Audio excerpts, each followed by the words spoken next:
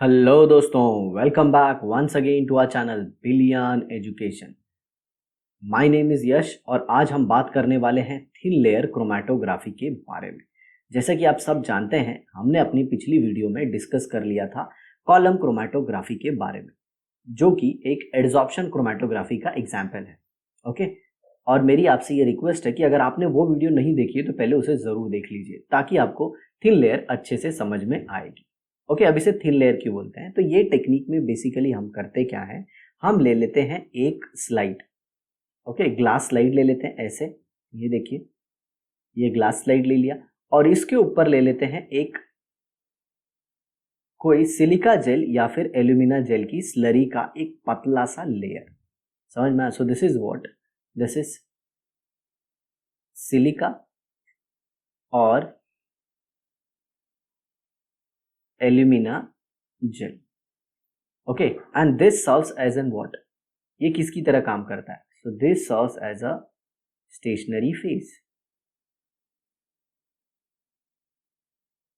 ये किसकी तरह काम करता है? Stationary phase. और ये पतला लेयर होता है, बहुत ही पतला लेयर, इसीलिए ये क्रोमैटोग्राफी का नाम थिन लेयर क्रोमैटोग्राफी भी रखा गया है।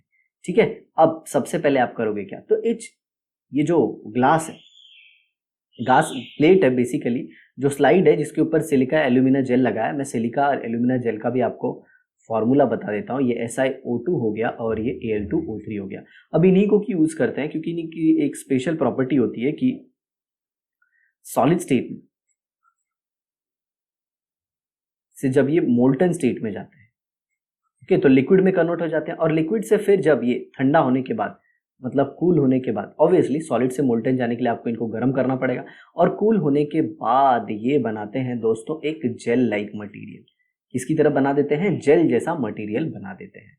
ओके, तो वो हमारे लिए काम कर देता है स्टेशनरी फेज का। तो अब आप इसको ऐसे घुमा दोगे, ठीक है, और यहाँ पे ये ले लिया मैंने, ये स्लाइड, ग्लास की स्लाइड जो है उसको ले लिया, ठीक है, और यहाँ पे आप देख रहे हो जो जेल है वो कुछ इस तरह से है।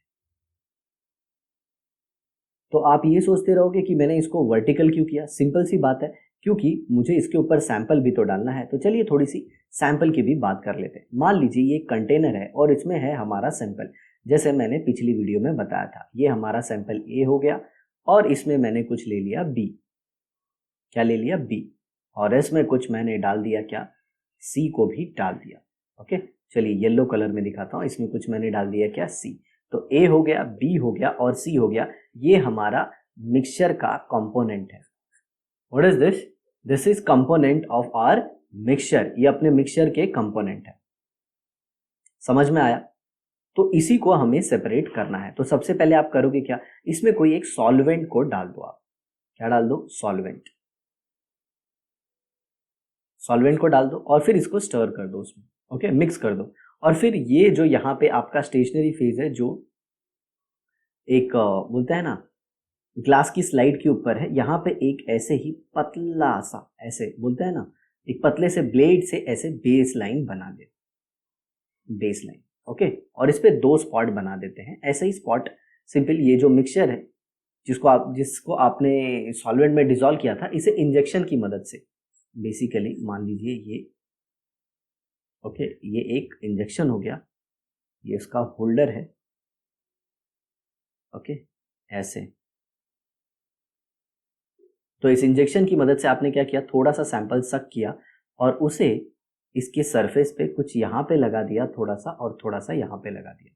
आई होप ये आपको विजिबल होगा, ठीक है। और फिर इसे आप एक ऐसे कंटेनर में प्लेस कर देते हो जहाँ पे होता है हमारा सॉल्वेंट। चलिए कंटेनर भी बना देता हूँ। ये देखिए कुछ ऐसे, ये ऐसे कंटेनर हो गया।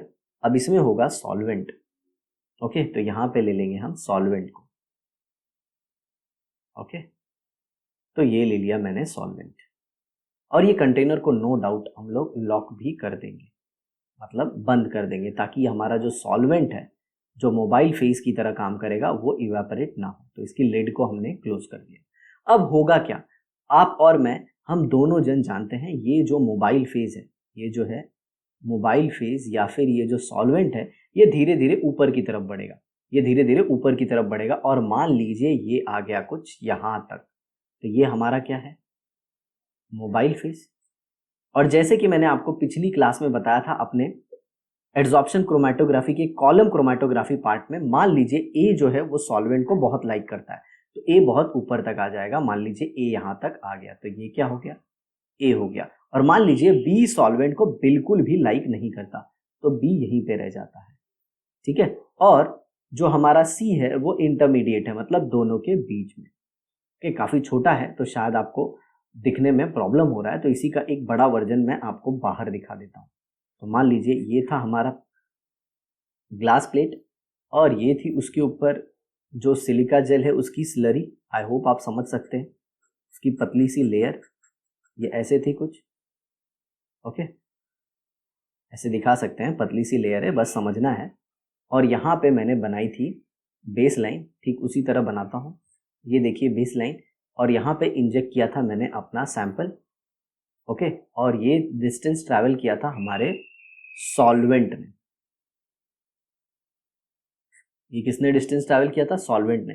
तो ये जो ग्रीन वाला है, मतलब जो ए है, वो बहुत ज्यादा लाइक करता है अपने सॉल्वेंट को, और सॉल्वेंट किसकी तरह काम कर रहा है, मोबाइल फेज की तरह।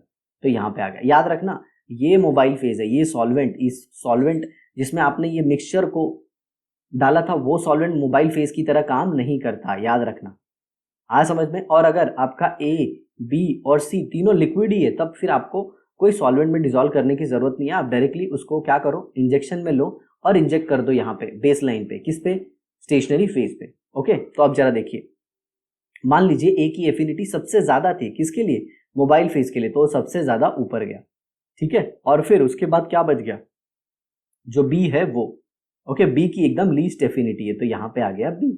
और मान लीजिए अपना जो सी है उसकी इंटरमीडिएट एफिनिटी है, तो सी यहाँ पे आ जाएगा, तो ये हो गया सी, ओके। और ये ग्रीन वाला क्या था, नो डाउट ग्रीन वाला था ए। तो आप देख रहे हो इस तरह से तीन अलग अलग स्पॉट क्रिएट हो गए। अगर आप देखो साथियों, तो यहाँ पे तीन अलग अलग क्या हो गए, स्पॉट, ये तीन तीन अलग क्या हो गए, स्पॉट क्रिएट हो गए। तो आप देख रहे हो कैसे मोबाइल फेज के लिए ए बी और सी की अलग अलग एफिनिटी, अलग अलग लाइकनेस होने की वजह से तीनों कैसे अलग हो गए, तीनों कैसे अलग हो गए। आप सिंपली, अब आपको इसको सिलिका जेल से अलग करना है, तो आप सिंपली क्या करोगे, आप सिंपली यहाँ से ये पार्ट कट करके निकाल लोगे, ये पार्ट कट करके और ये पार्ट कट करके, और फिर इसको पर्टिकुलर सॉल्वेंट में डिसॉल्व करोगे और निकाल लोगे। आया समझ में, ओके। तो इस पे सबसे पहले मैंने क्या किया, एक ग्लास की स्लाइड ली, उसके ऊपर स्लरी लगाई और स्लरी के ऊपर उसको ड्राई किया, और फिर बेस लाइन बनाया उसके ऊपर, और दो स्पॉट पे मैंने इंजेक्शन से जो मिक्सचर है उसको सॉल्वेंट में डिसॉल्व करने के बाद इंजेक्ट कर दिया, और फिर मैंने उसको मोबाइल फेज के अंदर रख दिया। तो मैंने क्या देखा कि जो कंपोनेंट है मिक्सचर के वो सेपरेट हो जाते हैं, ठीक है। और इसीलिए हम इसे क्या कहते हैं, थिन लेयर क्रोमैटोग्राफी। इसमें थिन लेयर क्यों बोला, क्योंकि ये जो स्लरी है सिलिका या एल्यूमिनियम की, ये बहुत ही पतली होती है, ठीक है। थोड़ा टेक्स्ट बुक भी पढ़ लेते हैं, तो बच्चे बोलेंगे सर अपना ही एक्सप्लेन करते रहते हैं। A thin layer 0.2 mm thick of adsorbent silica gel और alumina spread over glass plate. देखिए मैंने ग्लास स्लाइड बोला था, यहाँ पे ग्लास प्लेट है। Acts as the stationary phase, किसकी तरह काम करता है, ये स्टेशनरी फेज की तरह काम करता है। The plate is called TLC plate. क्या, कौन सी प्लेट, TLC प्लेट, या फिर थिन लेयर क्रोमैटोग्राफिक प्लेट, या फिर Chrome plate. The mixture of the solute is applied on the Chrome plate as a small spot about 2 cm from one end of the plate as shown in figure 3.8। चलिए figure 3.8 भी दिखा देते हैं, okay. तो ये जो नीचे से आप हाइट देख रहे हो ना, ये हाइट, ये 2 सेंटीमीटर की है, तो नीचे से 2 सेंटीमीटर के ऊपर हमने उसे इंजेक्ट कर दिया, ठीक है। अब जरा देखिए, the plate is then placed in a close jar containing mobile phase. बताया था ना मैंने, जो हमने ब्लू कलर का यूज किया था, such that the spot is well above the mobile phase. As the mobile phase rises up, the component of the mixture move along with it. Okay, the component of the mixture moves along with it. इसका मतलब क्या है, मतलब simple सी बात है, जो component है वो मोबाइल फेज के साथ मोशन करेंगे, मतलब मूव करेंगे। जिसको मोबाइल फेज बहुत ज्यादा पसंद है वो मोबाइल फेज के साथ बहुत दूर तक जाएगा, और जिसको मोबाइल फेज पसंद नहीं है वो मोबाइल फेज के साथ ज्यादा दूर तक नहीं जाएगा। ये तो ठीक वैसी ही बात हुई जैसे कि हमारे 4 दोस्त होते हैं, हमने 10th स्टैंडर्ड पास किया और फिर हम जिंदगी में आगे बढ़े तो 40 ईयर्स तक आते आते हमारे साथ हमारा एक ही दोस्त बच गया। क्यों? क्योंकि हमारी उसके साथ एफिनिटी ज्यादा थी, बाकियों की इतनी एफिनिटी नहीं थी। सेम फंडा यहाँ पे भी लगता है। They move up to different distances depending upon their degree of adsorption and thus get separated. Okay, different movement होता है उनका। अगर डायग्राम से बताऊं तो अगर आप हाइट देखो तो यहाँ पे देखो अलग कलर यूज करना होगा। कौन सा कलर यूज करूं जो बेस्ट रहेगा? चलिए व्हाइट कलर यूज करते हैं, तो व्हाइट से अच्छा दिखेगा। तो ये देखिए, इसने इतना डिस्टेंस ट्रैवल किया, इसने इतना डिस्टेंस ट्रैवल किया और इसने कितना कम डिस्टेंस ट्रैवल किया। ओके, तो जिसने सबसे कम डिस्टेंस ट्रैवल किया उसके लिए हम क्या बोलते हैं कि इसका एफिनिटी सॉलिड फेज या फिर स्टेशनरी फेज के लिए ज्यादा है। स्टेशनरी फेज के लिए क्या है? ज्यादा है। जबकि जिसने डिस्टेंस ज्यादा ट्रैवल किया स्टेशनरी फेज पे, उसको बोलते हैं कि उसका स्टेशनरी फेज के लिए एफिनिटी कम है, लेकिन मोबाइल फेज के लिए उसका एफिनिटी ज्यादा है। आया समझ में? आया ना? ये पूरे सेटअप को, ये जिसके अंदर अपना जो ग्लास प्लेट है उसके ऊपर स्लरी लगी हुई है, उसके ऊपर अपने सैंपल्स हैं और सॉल्वेंट ऊपर जा रहा है, जो सब कुछ ये सब कुछ है इसमें, इसे हम कहते हैं क्रोमैटोग्राम। क्या कहते हैं? क्रोमैटोग्राम। आई होप आपको ये अच्छे से समझ में आया होगा। फिर भी मैं रीड कर देता हूँ। If the components are coloured they appear as separated colour spot on the plate. जैसे मैंने कलर यूज किया, देखा आपने, ग्रीन, येलो और ये। तो अगर आपके सैंपल जो हैं, जो मिक्सचर के कंपोनेंट है, अगर वो कलर्ड है तब तो आपको दिख जाएंगे, बट अगर कलरलेस है तब क्या करोगे? तो देखिए, if the components are not coloured but have property of fluorescence. What do you mean by property of fluorescence? Okay, they are having property to glow, glowing property जो है उसे कहते हैं fluorescence. They can be visualised under UV light. Okay, तो अगर उनकी glow करने की प्रॉपर्टी है और उनको यूवी लाइट के अंदर लेके आओगे साथियों, तो वो क्या करेंगे? ग्लो करेंगे। ओए सर, समझ में आ गया मुझको आप जो सिखा रहे हो। और the plate can be kept in a chamber containing few iodine crystal. Okay, तो एक चेम्बर में भी रख सकते हैं जिसके अंदर क्या होगा? आयोडीन क्रिस्टल होगा। The iodine vapours are absorbed by the component and they appear to be coloured. मतलब ये जो कंपोनेंट है ना, ये आयोडीन को एब्सॉर्ब कर लेंगे अपने ऊपर और क्या दिखेंगे? कलर दिखाएंगे। तो ये देखिए, ये जार हो गया, adsorbent coated on glass plate, ये सिलिका या एल्यूमिना जेल का कोटिंग है, और ये सैंपल डॉट, और ये जो सॉल्वेंट था वो, और ये बेसलाइन। ठीक है, ऐसा सॉल्वेंट मतलब बेसिकली मोबाइल फेज। ये देखिए अलग अलग डिस्टेंस उनके द्वारा ट्रैवल किया गया है। Distance travelled by various dyes. Basically यहाँ पे इन्होंने क्या किया है? यहाँ पे इन्होंने अलग अलग डाई को सेपरेट करने की कोशिश की है, और ये जो पूरा है सेटअप, इसे अपन क्या कहते हैं? क्रोमैटोग्राम। ठीक है, ओके। चलिए अब बढ़ते हैं अपने नेक्स्ट कंसेप्ट पे। ओके, यहाँ पे देखिए, द स्पॉट अपीयर ब्राउन। अभी उसकी बात कर लेते हैं। Amino acids are visualised by spraying the plate with a solution of ninhydrin. देखो कभी कभी क्या होता है, अमाइनो एसिड्स के जो स्पॉट होते हैं वो कलरलेस होते हैं, तो उनको जानने के लिए, उनको देखने के लिए आपको नीन हाइड्रीन नाम का एक केमिकल सब्सटेंस होता है, उससे स्प्रेइंग करना पड़ेगा, और जब उससे स्प्रे कर दोगे ना तो वो दिख जाएगा। समझ में आया? और इसे हम क्या कहेंगे? नीन हाइड्रीन को स्प्रेइंग एजेंट। तो चलिए दोस्तों, ये था अपना एड्सॉर्प्शन क्रोमैटोग्राफी का दूसरा पार्ट, थिन लेयर क्रोमैटोग्राफी। अब आ जाते हैं अपन पार्टीशन क्रोमैटोग्राफी में। किसमें आ जाएंगे? Partition chromatography. तो चलिए देखते हैं। अब सिंपल सी बात है, इसमें पार्टीशन इसका नाम क्यों है?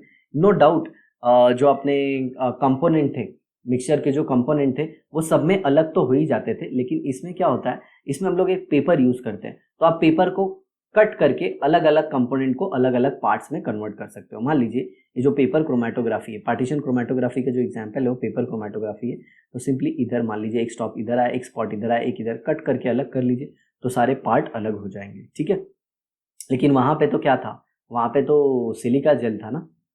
ओके, उसको कैसे कट करोगे ग्लास प्लेट के साथ? हाँ, ऐसा हो सकता है कि हम वहां पे एक स्पॉट बना के स्पैचुला की मदद से उसको निकाल के सॉल्वेंट में डाल के अलग करें, लेकिन यहाँ पे तो सिंपल पार्टीशन क्रोमैटोग्राफी में अपने पास क्या है? पेपर है, पेपर को कट करके अलग कर लो। In this type of chromatography the stationary phase and the mobile phase both are liquid. इसमें जो बच्चों को प्रॉब्लम होता है वो बेसिकली यही होता है कि सर ये पेपर के अंदर, ये जो पेपर है इसके अंदर मोबाइल फेज भी लिक्विड और जो स्टेशनरी फेज है वो भी लिक्विड, ये कैसे? तो मैं आपको बताऊं, पेपर क्रोमैटोग्राफी में जो पेपर होता है वो एक स्पेशल टाइप का पेपर होता है, उसे अपन कहते हैं वॉटमैन पेपर। क्या कहते हैं? वॉटमैन पेपर। ये ऐसा सर्कुलर होता है, एक उसका सेंटर ले लीजिए, एक ऐसी वर्टिकल लाइन खींच लीजिए, 1 सेंटीमीटर राइट और 1 सेंटीमीटर लेफ्ट जाइए और कट कर लीजिए। ओके, ऐसे कट कर लीजिए। समझ में आया? अब ये पेपर एक स्पेशल सेल्यूलोज के मटेरियल का बना होता है या फिर स्पेशल कार्बोहाइड्रेट मटेरियल का बना होता है, जिसके अंदर पोर्स में मॉइस्चर होता है। आप मॉइस्चर बोल सकते हो या फिर आप बोल सकते हो कि वाटर होता है। क्या होता है? वाटर होता है, जो किसकी तरह काम करता है? सिंपल सी बात है, जो काम करता है स्टेशनरी फेज की तरह। तो इस प्रोसेस में अपना मोबाइल फेज क्या होता है? नो डाउट, जैसे हम पहले भी बात कर रहे थे, इसमें भी जो सॉल्वेंट होगा वो किसकी तरह काम करेगा? वो काम करेगा मोबाइल फेज की तरह। आई होप आपको समझ में आ रहा होगा। तो ये जो पेपर है इसका नाम क्या है? वॉटमैन पेपर। और ये स्पेशल मटेरियल से बना होता है, स्टार्च सेल्यूलोज ऐसे बोल सकते हो, एक टाइप का कार्बोहाइड्रेट का होता है। समझ में आया? तो उसको कैसे कट करते हैं वो मैंने आपको बता दिया। बाकी सब कुछ सेम वैसे ही होगा जैसे हमने थिन लेयर में पढ़ा था। तो इसको भी क्या करेंगे? ऐसे ले लेंगे, इस पर भी यहाँ पे स्पॉट गिराएंगे, ओके, और फिर इंजेक्ट करेंगे, और फिर इसको भी हम किस में डाल देंगे? एक डिवाइस में या फिर एक ऐसे कंटेनर में जहाँ पे सॉल्वेंट हो। देखो यहाँ पे भी आप देख रहे हो जो बेस लाइन है, इसको बेस लाइन कहते हैं, वो सॉल्वेंट से ऊपर ही है। नहीं तो क्या हो जाएगा, अगर आप सॉल्वेंट में ही डाल दोगे तो आपका जो मिक्सचर है वो तो सॉल्वेंट में ही चला जाएगा, तो प्रॉब्लम हो जाएगा। और दूसरा, हम ये पेपर के ऐसे ऊपर एक थ्रेड बांध देते हैं ताकि इसको यहाँ पे ऐसे लटका सके। ओके, पेपर होता है ना, पेपर ऐसे ऐसे पेपर है, उस पे से ऐसे धागा लेके आते हैं और इसको फोल्ड करके, पेपर को उसके ऊपर फोल्ड करके ऐसे स्टिक कर देते हैं, और फिर यहाँ पे ऐसे अटैच करके इसको कंटेनर को हम बंद कर देते हैं ताकि ये प्रोसेस को सफिशिएंट टाइम मिल सके और ये धीरे धीरे, बोलते हैं ना, मोबाइल फेज ऊपर जाए। तो सेम जैसे हम लोग ने टीएलसी में पढ़ा था, थिन लेयर क्रोमेटोग्राफी में सब कुछ वैसे ही होगा। लेकिन फंडा क्या है, यहाँ पे सब कुछ एक पेपर पे हो रहा है। ठीक है, अब जरा देखिए, अब एक सिंपल सा क्वेश्चन क्या आता है, सर इसमें कितना कम कम सैंपल है, कितना कम कम सैंपल है, आप इंजेक्शन से एक एक बूंद गिरा रहे हो तो मिक्सचर कितना कम है, कितना कम क्वांटिटी सेपरेट होगा। तो बेटा ये कम क्वांटिटी सेपरेट जो हो रहा है ना, ये एक्सपेरिमेंटल बेसिस पे है। ओके, आगे चल के हम इसे बहुत ज्यादा लार्ज क्वांटिटी में भी सेपरेट करते हैं। आपको समझाने के लिए ये सब ऐसे स्मॉल लेवल पे समझाया जा रहा है। अभी बहुत सारे बच्चों का ये भी डाउट होता है कि सर ये जो मोबाइल फेज है या फिर जो सॉल्वेंट है, ये ऊपर की तरफ कैसे जाता है, अगेंस्ट द ग्रेविटी कैसे जाता है? तो गांव में आपने देखा होगा, एक बॉटल के अंदर केरोसिन डाल देते हैं। क्या डाल देते हैं? केरोसिन। और उसके ऊपर से एक ऐसे, बोलते हैं ना, ऐसे एक थ्रेड लाके केरोसिन में डिप कर देते हैं और ऊपर इसको लिट करते हैं। तो देखते हैं ना, यहाँ पे ये कंटिन्यूअस लिट होते रहता है। ये विलेज की बात कर रहा हूँ, आपने देखा होगा। जो लोग नॉर्थ साइड से होंगे उनको पता होगा थोड़ा, इसको ढिबरी बोलते हैं। ओके, आणि आपल्या महाराष्ट्रात दिवा पण म्हणतात. ओके, बाटलीमध्ये असं करून आपण वापरतात त्याला। तो ये जो लिक्विड ऊपर जाता है ना बेटा, तो लिक्विड ऊपर जाने का रीजन है कैपिलरी एक्शन, जो कि प्लांट में भी होता है। सोचो ना, प्लांट में कैसे होता है? प्लांट में जो रूट्स होती हैं वो मॉइस्चर, पानी को एब्जॉर्ब करती हैं और वो कैपिलरी एक्शन के थ्रू ऊपर जाता है, सारे लीव्स और ब्रांचेस में भी पहुंच जाता है। आ समझ में? ओके, तो इसमें नो डाउट जो मिक्सचर के कंपोनेंट है बहुत स्मॉल अमाउंट में सेपरेट होते हैं, बट हम इससे एक्चुअल में पता क्या करते हैं पता है? हम इससे पता करते हैं हर एक सोल्यूट का सॉल्वेंट के रिस्पेक्ट में उसका RF value. Sir RF value से क्या पता चलता है? आरएफ वैल्यू से पता चलता है कि कौन सा सोल्यूट किस सॉल्वेंट को बहुत ज़्यादा पसंद करता है, मतलब कौन सा सोल्यूट किस सॉल्वेंट के लिए मैक्सिमम एफिनिटी रखता है। मैक्सिमम क्या रखता है? एफिनिटी रखता है। चलिए, आरएफ वैल्यू क्या होती है इसके ऊपर मैं थोड़ा चर्चा करता हूँ। तो यहाँ पे देखिए, मान लीजिए ये पेपर को मैंने बाहर निकाल दिया। जी हाँ, ये उसकी बेस लाइन थी। ओके, यहाँ पे देखिए, ये इधर, और मान लीजिए सॉल्वेंट जो था वो यहाँ तक ट्रैवल किया था। तो this is what distance travelled by solvent particle from base line. No doubt हम बेस लाइन से कंपेयर करते हैं क्योंकि यहां से ही तो सोल्यूट ने भी स्टार्ट किया था। ठीक है, तो अब जरा देखो, तो इसका जो डिस्टेंस है वो बेसिकली हम लोग कौन सा लेंगे? ये वाला। ठीक है, अब मान लीजिए कंपोनेंट भी अलग हो गए, एक ग्रीन वाला एक ग्रीन वाला यहाँ पे आ गया, फिर एक आप देखोगे तो रेड वाला यहाँ पे है, और एक पिंक वाला है यहाँ पे। ओके, तो ये मान लीजिए ए है, और ये मान लीजिए बी है, और ये मान लीजिए सी है। तो ऐसे हम अलग अलग जो कंपोनेंट हैं उनका आरएफ वैल्यू ढूंढ लेंगे सॉल्वेंट के लिए। तो आरएफ वैल्यू क्या होगी? तो आरएफ का फुल फॉर्म होता है retention factor. Retention factor, what do you mean by the word retention? किसने रिटेन किया? रिटेन किया मतलब क्या? कौन कौन सॉल्वेंट के साथ ज्यादा टाइम तक रहता है। तो जिसकी आरएफ वैल्यू ज्यादा उसका रिटेंशन फैक्टर ज्यादा, या फिर वो सॉल्वेंट को ज्यादा लाइक करता है। मतलब सॉल्वेंट के लिए उसकी जो एफिनिटी है वो भी ज्यादा है। समझ में? ऐसा है। तो क्या होता है आरएफ वैल्यू वो भी देख लेते हैं। तो ये सेम चीज इधर न्यूमरेटर में डिनोमिनेटर में आ जाएगा, distance travelled by solvent particle from the base line, और ऊपर क्या आ जाएगा? Distance travelled by solute particle. तो सर इसमें सोल्यूट क्या है? Obviously component of mixture. और याद रखना, distance travelled by solute can never be greater than distance travelled by solvent particle. Okay, या तो लेस होगा या तो इक्वल हो सकता है, और इक्वल भी बहुत रेयर केस में होगा। तो मान लीजिए जो अपना सॉल्वेंट है उसने डिस्टेंस ट्रैवल किया 4 सेंटीमीटर का। कितने का? 4 सेंटीमीटर। मतलब ये व्हाइट लाइन क्या रिप्रेजेंट कर रही है? 4 सेंटीमीटर। और ए ने जो डिस्टेंस ट्रैवल किया, ए ने बेस लाइन से वो 3 सेंटीमीटर किया। तो इसका वैल्यू कितना आ गया? 0.47 28, 4 5 20, 0.75। ये आरएफ वैल्यू हो गई। समझ में आया? किसके लिए? ए के लिए। ओके, ऐसे ही बी का अगर आप पता करोगे तो उसकी आरएफ वैल्यू कम आएगी, और सी की आरएफ वैल्यू और कम आएगी। तो इससे अपने को क्या पता चलता है? इससे अपने को पता चलता है कि ए उस सॉल्वेंट या वो मोबाइल फेज को बहुत ज्यादा पसंद करता है जिसको अपन ने लिया है। समझ में आ रहा है? मतलब उसका रिटेंशन मोबाइल फेज के लिए काफी ज्यादा है। मतलब मोबाइल फेज के लिए वो बहुत ज्यादा बेचैन है, बहुत लाइक करता है, बहुत ज्यादा एफिनिटी है। लेकिन अगर वही रिटेंशन फैक्टर का वैल्यू अगर स्टेशनरी फेज के साथ कंपेयर करो तो ऐसा बोलेंगे कि ए का रिटेंशन स्टेशनरी फेज के साथ बहुत कम है। और सबसे ज्यादा रिटेंशन स्टेशनरी फेज के साथ किसका ज्यादा है? सी का। क्योंकि देखो ना, सी तो छोड़ के ही नहीं गया, सी देखो ज्यादा ऊपर गया ही नहीं। सी को जाना होता स्टेशनरी फेज को छोड़ के। सर इसमें स्टेशनरी फेज किधर है? अरे वही पेपर के अंदर का जो पानी है, बबूचक भूल गया क्या? समझ रहा है? तो जो सी है वो स्टेशनरी फेज को बहुत ज्यादा लाइक करता है। समझ में आया? मतलब सी स्टेशनरी फेज को छोड़ के जाना नहीं चाहता, क्योंकि उसे पता है मुझे छोड़ के जो तुम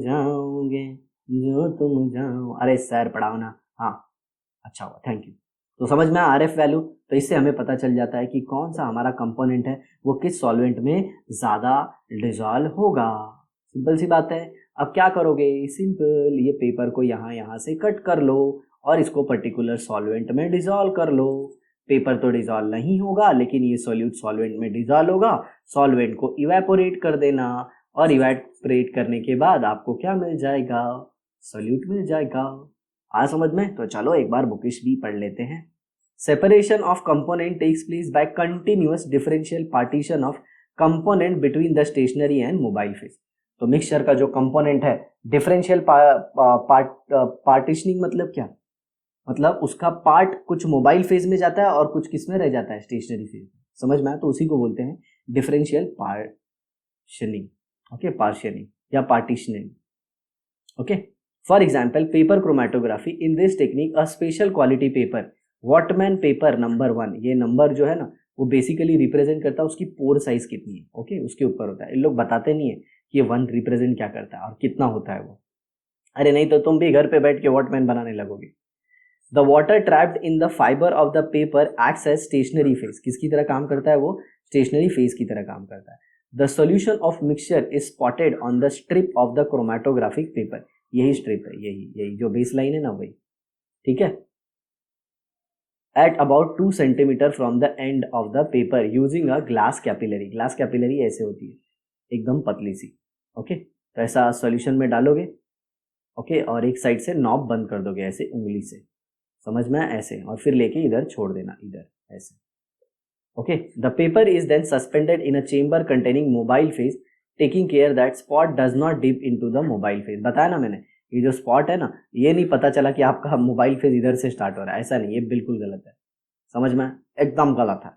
तो असली में क्या होना चाहिए, असली में ऐसा होना चाहिए कि आपका सॉल्वेंट इधर नीचे ही हो, समझ में आया, बेस लाइन के ऊपर ना जाए। The mobile face rises up by capillary action, मतलब जो मोबाइल फेस है वो ऊपर कैसे जाता है, कैपिलरी एक्शन की वजह से, जो मैंने बोला ना प्लांट का एग्जाम्पल वही, and flows over the spot. Okay, spot तक पहुंच जाता है और फिर ऊपर जाता है। Partitioning of component takes place between stationary phase and the mobile phase, मतलब जो अपना मिक्सचर है उसके जो कंपोनेंट थे ए बी सी, वो क्या हो जाता है, उनका पार्ट आ जाता है। मतलब कुछ पार्ट ए का किसके साथ आ जाता है, मोबाइल फेज के साथ, और कुछ पार्ट किसके साथ रह जाता है, स्टेशनरी फेज के साथ। अब डिपेंड करता है लाइक कितना, अगर ए मोबाइल फेज को बहुत ज़्यादा लाइक करता है तो पूरा जो मिक्सचर में ए होगा वो मोबाइल फेज के साथ चले जाएगा, मतलब ए पूरा किस में बढ़ गया, मोबाइल फेज में, और बी और सी किस में रह गए, स्टेशनरी फेज में। बट ऐसा होता नहीं है, एक्चुअल में सब कोई पार्ट में कन्वर्ट हो जाता है। ठीक है, जरा देखिए, बिटवीन स्टेशनरी फेज क्या है, वाटर, एंड मोबाइल फेज जो आपने सॉल्वेंट लिया होगा। Different solutes are retained differently on the paper depending upon their selective partitioning between the two positions। मैंने बताया ना, likeness, affinity के बेसिस पे ये अलग हो जाते हैं। Okay, this developed paper strip is the chromatogram similar to TLC। जो पेपर है ना, इसी को TLC बोलते हैं, आया समझ में, मतलब इसी को क्रोमैटोग्राम बोलते हैं। ओके, ये स्टेजेस इन क्रोमैटोग्राफी है। ये देखो, पहले ऐसे थे, फिर ऐसा आया, और फिर फाइनली देखो ऐसा हो। क्यों, धीरे धीरे सॉल्वेंट ऊपर मूव कर रहा है ना, तो सॉल्वेंट के साथ धीरे धीरे ऊपर जाते जाते देखो ये सबसे ऊपर गिर गया, तो फिर इसकी हाइट ले लो यहाँ से। ओके, ताकि वो आरएफ वैल्यू कैलकुलेट करने में हेल्प करेगा बच्चों। आगे देखो, the coloured components are visible, जो कलर्ड कंपोनेंट है वो विजिबल है as coloured spot, and the colourless components are observed under UV light और यूजिंग स्प्रेइंग एजेंट, जो हम लोगों ने टीएलसी में देखा था, सेम वैसा ही। रिटेंशन फैक्टर देखिए, migration of solute relative to the solvent front gives an idea about the relative retention of the solute on the stationary phase. समझ में आया, मतलब अगर जो अपना सोल्यूट पार्टिकल है वो सॉल्वेंट के साथ ज्यादा हाइट तक चला गया, इसका मतलब उसका रिटेंशन स्टेशनरी फेज के साथ बहुत कम है। लेकिन हाँ, उसका दूसरा पहलू भी आपको सोचना होगा सिक्के का, कि वो जो सोल्यूट है उसका रिटेंशन मोबाइल फेज के साथ ज्यादा होगा। This is termed as RF of the solute। आया समझ में, RF, distance traveled by the solute from the baseline, distance traveled by the solvent from the baseline। Okay, तो RF वैल्यू हमको retention की वैल्यू बताता है। ओके, मतलब जिसका RF वैल्यू बहुत कम है तो ऐसा बोला जाता है उसका रिटेंशन स्टेशनरी फेज के साथ बहुत अच्छा है, और जिसका RF वैल्यू ज़्यादा है तो ऐसा बोला जाता है कि उसका रिटेंशन स्टेशनरी फेज के साथ कम है। आया समझ में। वैसे तो प्यारे दोस्तों, क्रोमैटोग्राफी अपने आप में एक बहुत बड़ी टेक्निक है, अपने आप में बहुत ज़्यादा टेक्निक है। आप पूरा अपना जीवन लगा दोगे इसमें तो भी आप इसे पूरा पढ़ नहीं पाओगे, क्योंकि ये इतनी मॉडर्न और वर्साटाइल टेक्निक हो गई है। समझ में आया, काफ़ी मॉडर्न टेक्निक हो गई है। ओके, तो आई होप मैंने अपना अथक प्रयास किया आपको ये समझाने में, and I hope you enjoyed the session. अगर वीडियो आपको पसंद आई हो, अच्छी लगी हो, तो अपना अप्रिसिएशन ज़रूर हमें दीजिए। Okay, in the form of a comment या फिर लाइक, जो भी है। ओके दोस्तों, तो इसी तरह हमारी वीडियो देखते रहिए, अपना ज्ञान बढ़ाइए, माता पिता का नाम रोशन कीजिए। मिलते हैं आपके साथ ओके नेक्स्ट वीडियो में, तब तक के लिए बाय।